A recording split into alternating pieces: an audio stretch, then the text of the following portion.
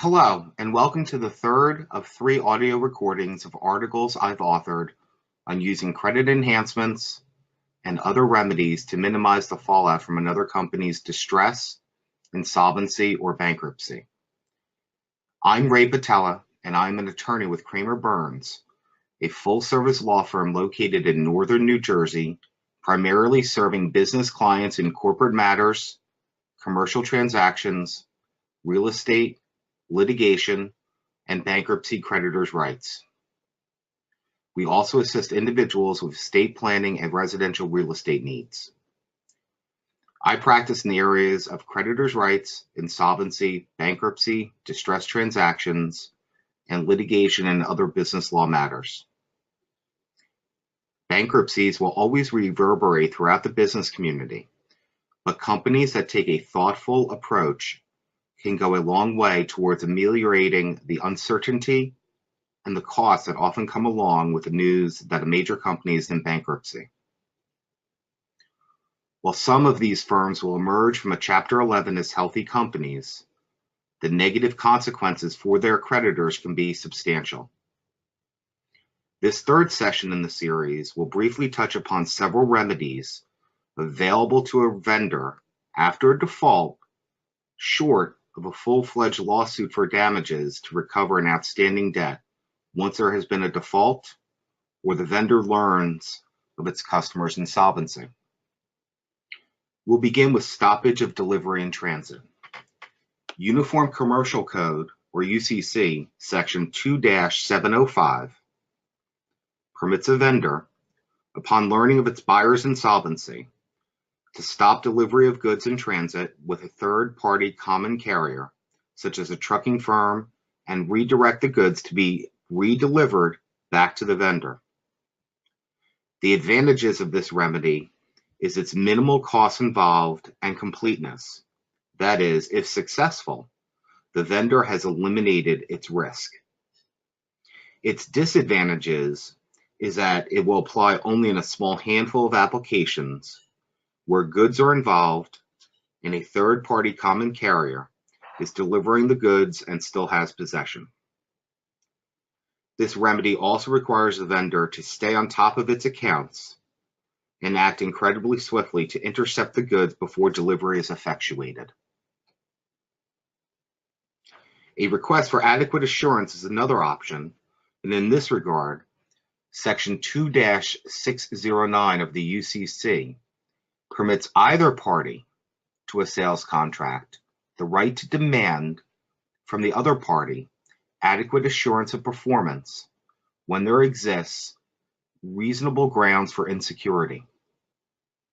Once demanded, until that assurance is provided, the party requesting the assurance may suspend its own performance until the assurance is given. While this remedy does not permit a party to recover for goods already provided, or otherwise provide a monetary recovery, this rarely used remedy allows a party to cut off any further exposure and is a valuable arrow in the creditor's rights quiver to eliminate future losses.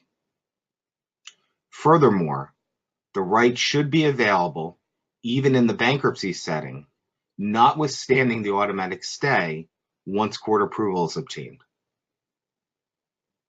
The disadvantages to this remedy is that it does not permit any actual recovery for shipments already made, and it may be challenged by the other party.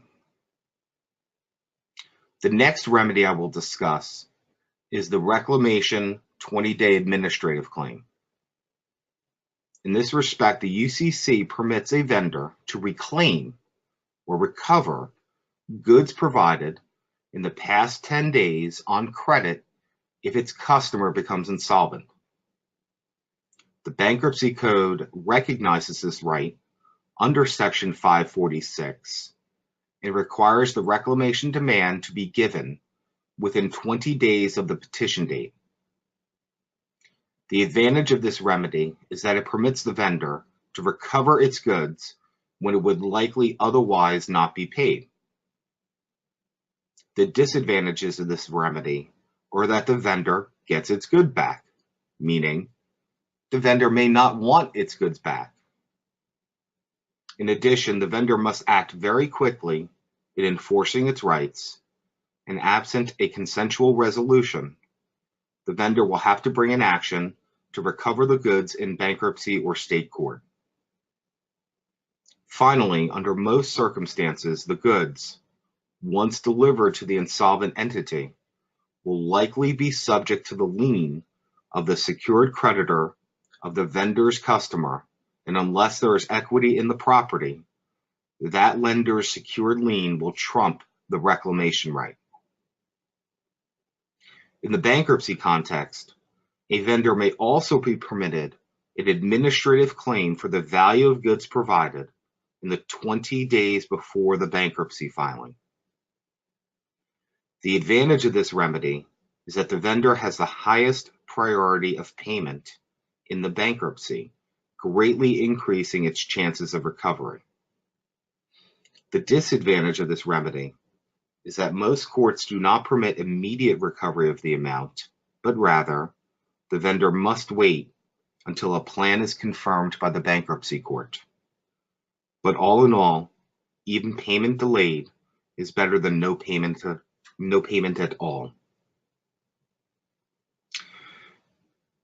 In conclusion, over 3 sessions, we have touched on many of the credit enhancements and remedies that are available in a commercial setting.